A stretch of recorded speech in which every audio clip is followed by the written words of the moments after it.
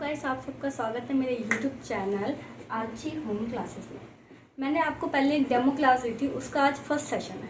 Okay, तो हमारा topic है संविधान, जो कि 12th बेस पर, और ये आपका एसएससी वगैरह में भी ऐसे क्वेश्चंस आते हैं।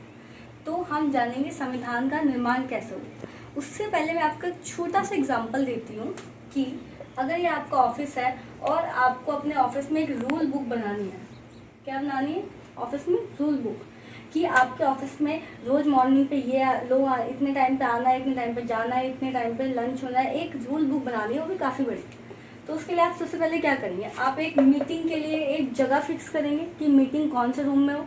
दूसरा पॉइंट क्या करेंगे, आप वो लोग फिक्स करेंगे जो लोग बहुत इंटेलिजेंट हो और जिनका लेवल ऐसा हो कि उनका आईक्यू लेवल ज़्यादा हो और जिनकी क्वालिफिकेशन अच्छी हो, आप उन लोगों को चूज़ करेंगे। सेम टू सेम अगर आपके देश के लिए बुक बनी जा रही है, एक रूल बुक बन रही है आपके देश के लिए, तो उसके लिए भी बहुत लंबा प्रोसेसर होगा। वैसे ही ये है आपका ये आपका है संसद भवन। ये क्या है? संसद भवन।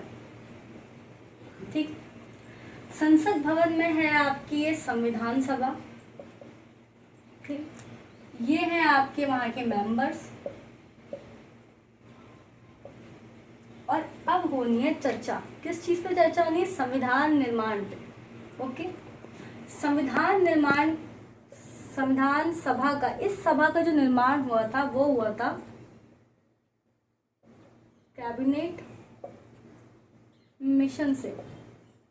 अब कैबिनेट मिशन से यानी कि इंडिया में हमें आज़ादी मिलने से पहले बहुत से ऐसे भी लोग थे जिन लोगों ने क्या करने शुरू कर दिए थे, ग्रुप्स बनाने शुरू कर दिए थे। उनमें से ये एक ग्रुप था ये, जिसमें लोगों ने पहले रूल बुक के कुछ चीज़ें लिखनी, नोट डाउन करनी शुरू कर दी थी। उन्हीं लोगों ने एक संविधान सभा बनाई। वो लोग जो उसमें थे, उस ग्रुप में थे, वही लोग अब इसमें आ गए थे। संविधान सभा का निर्माण हो रहा था। तो इसका जो पहला अधिवेशन हुआ, याद रखिए, ये अधिवेशन ज़्यादातर बच्चों को याद नहीं रहते, तो इसका जो पहला अधिवेशन हुआ वो हुआ था 9 दिसंबर। कब हुआ था? 9 दिसंबर को हुआ था, इन 1946। 9 दिसंबर 1946। 9 and 4 6, इसमें भी ई में भी 6 टाइप आ रहा है, ये भी 6 है, ये 9 है। इस दिन सच्चिदानंद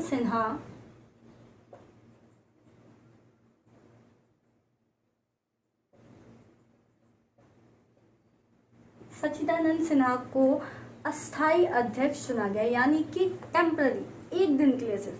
क्यों चुना गया? क्योंकि उस सभा को संबोधित करने के लिए एक अध्यक्ष की जरूरत थी और उस समय कोई परमानेंट अध्यक्ष नहीं बनाया गया था। तो सच्चिदानंद सबसे ज़्यादा उम्र में बड़े थे सबसे, इसलिए इनको सम्मान सहित, इसलिए इनको क्या बना दिया गया था? अस्थाई अध्यक्ष चुना गया था। ये है 9 दिसंबर की बात। ओके, अब आपका आता है पहला अधिवेशन आपका हुआ 9 दिसंबर को। पहला अधिवेशन कब हुआ? 9 दिसंबर को। दूसरा अधिवेशन आपका होता है 11 दिसंबर, सेम डेट 1946। अब आपको इसका दिसंबर याद करने के लिए एक ट्रिक बताती हूँ कि 26 जनवरी को हमें क्या मिली थी? रिपब्लिक डे हमारा मनाया जाता है 26 जनवरी। जनवरी से जस्ट एक महीना पीछे कर दीजिए आप, जस्ट क्या कर दीजिए, एक महीना पीछे कर दीजिए, यानी कि दिसंबर। समझ लो कि दिसंबर में बना और जनवरी में रेडी हो गया। वैसे ही दिसंबर आपको याद रखना है। 11 दिसंबर 1946 को आपका दूसरा अधिवेशन हुआ, यानी कि दूसरी सभा हुई है। इसमें डॉक्टर राजेंद्र प्रसाद को परमानेंट अध्यक्ष चुना गया। राजेंद्र प्रसाद, ये हमारे कार्य संविधान सभा समिति के भी क्या थे? अध्यक्ष थे। कार्य में मैंने आपको बताया था, रा की मात्रा आ रही है, रा से राजेंद्र प्रसाद, इसलिए 11 दिसंबर 1946 स्टार्ट। तो डॉक्टर राजेंद्र प्रसाद, मैंने आपको बताया था, कार्य संविधान समिति के भी क्या थे? अध्यक्ष थे। तो 11 दिसंबर 1946 को डॉक्टर राजेंद्र प्रसाद को बनाया गया। तो दूसरा दिन हो गया हमारा 11 दिसंबर। अब आता है हमारा तीसरा अधिवेशन, जो कि कब हुआ था? सब में आपने देखा 9, 10, 11, एक एक दिन का गैप है। मंथ वही है, ईयर वही है, सिर्फ आपको डेट से याद नहीं रखना, एक एक दिन का गैप याद रखना। ओके, 9, 11, 12 हटा के 13 दिसंबर 1946। 13 दिसंबर 1946 को हमारा तीसरा अधिवेशन हुआ। इसको याद रखने का एक और पॉइंट है, थर्ड यानी कि तीसरा अधिवेशन और 13th डेट, 3 ओके। इस दिन हमारे प्राइम मिनिस्टर जवाहरलाल नेहरू जी ने एक प्रस्ताव पेश किया जिसका नाम था उद्देश्य प्रस्ताव। क्या नाम था? उद्देश्य प्रस्ताव। जवाहरलाल नेहरू ने जब उद्देश्य प्रस्ताव पेश किया तो उससे कुछ समितियां बनाई गई थी। ओके, वो समितियां मैंने आपको हमारे डेमो क्लास में याद करवा दी थी। 13 दिसंबर 1946 को जवाहरलाल नेहरू ने उद्देश्य प्रस्ताव पेश किया, इसकी आधारशिला रखी थी उन्होंने। तो तीसरा दिन हो गया 13 दिसंबर। वैसे ही संसद भवन में संविधान सभा का पहला अधिवेशन 9 दिसंबर 1946, दूसरा अधिवेशन 11 दिसंबर 1946, तीसरा अधिवेशन 13 दिसंबर 1946। पहला अधिवेशन सच्चिदानंद सिन्हा की अध्यक्षता में हुआ, दूसरा अधिवेशन राजेंद्र प्रसाद की अध्यक्षता में हुआ, जो कि परमानेंट अध्यक्ष बन गए थे और हमारे प्रेसिडेंट भी थे। और तो संघ समिति से जवाहरलाल नेहरू हो गए आपके। प्रारूप समिति तो हमारी है भीमराव अंबेडकर। कार्य समिति में ऊपर रा की मात्रा आ रही है, रा से आपका राजेंद्र प्रसाद।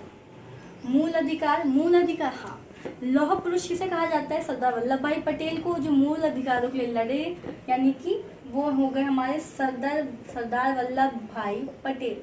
ये आपको याद करने का एक तरीका है कि वो एक लौह पुरुष थे, तो मूल अधिकार से आप क्या कर सकते हैं, उनका नाम लिख सकते हैं। प्रांतीय में शुरू में पी आ रहा है और बीजेपी में भी लास्ट में पी आता है, तो प्रांतीय समिति के अध्यक्ष भी सरदार वल्लभ भाई पटेल। और सबसे सिंपल है झंडा समिति यानी कि JB कृपलानी। झंडा का झ से J, D को आप बना दो B और कृपलानी। ये आपकी 6 समितियां थी, ठीक है। अब आपकी जब ये 6 समितियां बन गई तो उस पर कार्य होने लगा। ओके, अब आता है आपका वो पोर्शन कि इस संविधान सभा की जो संविधान था इसको बनने में कितना टाइम लगा। 2 साल 11 महीने 18 दिन, ठीक है। 2 साल 11 महीने 18 दिन, यानी कि गीता में 18 अध्याय होते हैं। गीता का युद्ध 18 दिन तक चला, तो 11 दिन से आप इसे याद रखना। गीता संविधान दोनों एक बुक है। 11 महीने 18 से थोड़ा ज़्यादा, यानी कि 11 महीने और 18 दिन और 2 साल। 2 साल 11 महीने 18 दिन। ओके, ये आपका संविधान को बनने में इतना टाइम लगा था। और अब आपका संविधान में अनुच्छेद है। अनुच्छेद कितने थे? 8। अब आपके जो अनुच्छेद, भाग, अनुच्छेद यानी कि आपके हो गए एक्ट, भाग यानी कि चैप्टर्स, अनुसूची यानी कि टेबल्स। ओके, कोई भी अगर आप समझ लो ये एक बुक है और बुक में पहले पैराग्राफ है, फिर उसके चैप्टर्स हैं और उसमें टेबल्स हैं, उस टेबल्स तो होती है लाइन वाइज। ओके, तो एक्ट अनुच्छेद थे 395, भाग थे 8, अनुसूचियाँ थी 22, ठीक है। अब आपको क्या याद रखना है कि 8 में अगर 4 कम हो तो कितना हो? 8, ठीक है। अब आपको एक चीज़ याद रखना है, गीता में 18 अध्याय होते हैं। ओके, अगर मैं इस 22 में क्या कर दूं, माइनस कर दूं 18, कितना बचेगा आपका? 4। क्या कर दूं, गीता में 18 अध्याय से याद रखना, क्योंकि आपका पिछले वाले साल में भी है।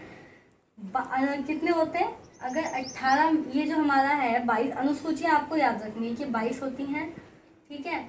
22 में से 18 माइनस कर दो तो 4 हो रहा है, ठीक है। 4 में आपको 3 0 और लगाने, 400, ठीक है। इसमें से माइनस कर देना 5, तो आपका आ जाएगा 395। 395 अनुच्छेद हो गए, 8 भाग हो गए और 22 अनुसूचियां हो गई। ठीक है, ये आपका उसमें आता है। एक बार मैं आपको रिवाइज कराती हूँ कि संविधान सभा बनी थी, जिसका पहला अधिवेशन 9 दिसंबर को हुआ था, दूसरा अधिवेशन 11 दिसंबर को हुआ था, तीसरा अधिवेशन 13 दिसंबर को हुआ था। पहले अधिवेशन के दिन क्या हुआ था कि सच्चिदानंद सिन्हा अस्थायी अध्यक्ष बने। दूसरे अधिवेशन के दिन राजेंद्र प्रसाद क्या बने, राजेंद्र प्रसाद आपके परमानेंट अध्यक्ष बने। 13 दिसंबर के दिन जवाहरलाल नेहरू ने क्या पेश किया, उद्देश्य प्रस्ताव पेश किया और प्रारूप समिति के अध्यक्ष थे भीमराव अम्बेडकर। और हमारे संविधान का जनक किसे कहा जाता है वो सबको ही पता है, अम्बेडकर जी को कहा जाता है। ठीक है, ये इतना था आपका। आपके संविधान, हमारे संविधान को बनने में लगे 2 साल 11 महीने 18 दिन, ये आपको मैंने याद कराया था। और अनुच्छेद थे हमारे, कितने अनुच्छेद बताए थे मैंने, 395, भाग थे हमारे 8 और अनुसूचियाँ थी 22। ये नंबर्स आपको अच्छे से याद रखने हैं क्योंकि ये बहुत ही ज़्यादा नॉर्मल पॉइंट्स हैं, जो ये क्वेश्चन हमेशा आ ही जाते हैं क्वेश्चंस। ठीक है, आपको ये पूछा जा सकता है कि संविधान में कितने अनुच्छेद थे, कितनी अनुसूचियाँ थी, कितने भाग थे, या फिर कितना टाइम लगा उससे बनने में। और हमारा संविधान, अब मैंने आपको पता है कि 26 जनवरी 1950 को रिपब्लिक डे मनाया जाता है, यानी कि इस दिन हमारा संविधान लागू हुआ था। संविधान लागू हो गया यानी कि इसके 2 दिन पहले चले जाओ। 24 जनवरी 1950 को संविधान सभा की अंतिम बैठक हुई थी। क्या हुई थी? अंतिम बैठक। कब हुई थी? 26 जनवरी के 2 दिन पीछे। ठीक है, 26 से 24 जनवरी को हमारी संविधान सभा की अंतिम बैठक हुई थी। इसके आगे भी आगे का कोर्स है आपका, अगर आपको इसके आगे की वो भी जानना है, पैराग्राफ्स भी जानने कि इसके आगे कौन कौन से चैप्टर्स हैं, तो आप मेरी नेक्स्ट वीडियो का वेट करिए। मैं आपको जल्द से जल्द नेक्स्ट वीडियो प्रोवाइड करती हूँ। आप मुझे कमेंट करिए, शेयर करिए, मेरी वीडियो को लाइक करिए। आप कमेंट करिए किसी और टॉपिक पर बनाना है, किसी और सब्जेक्ट पर बनाना है। मैं अपनी और वीडियोज़ भी लाने वाली जल्दी, तो please like share and comment.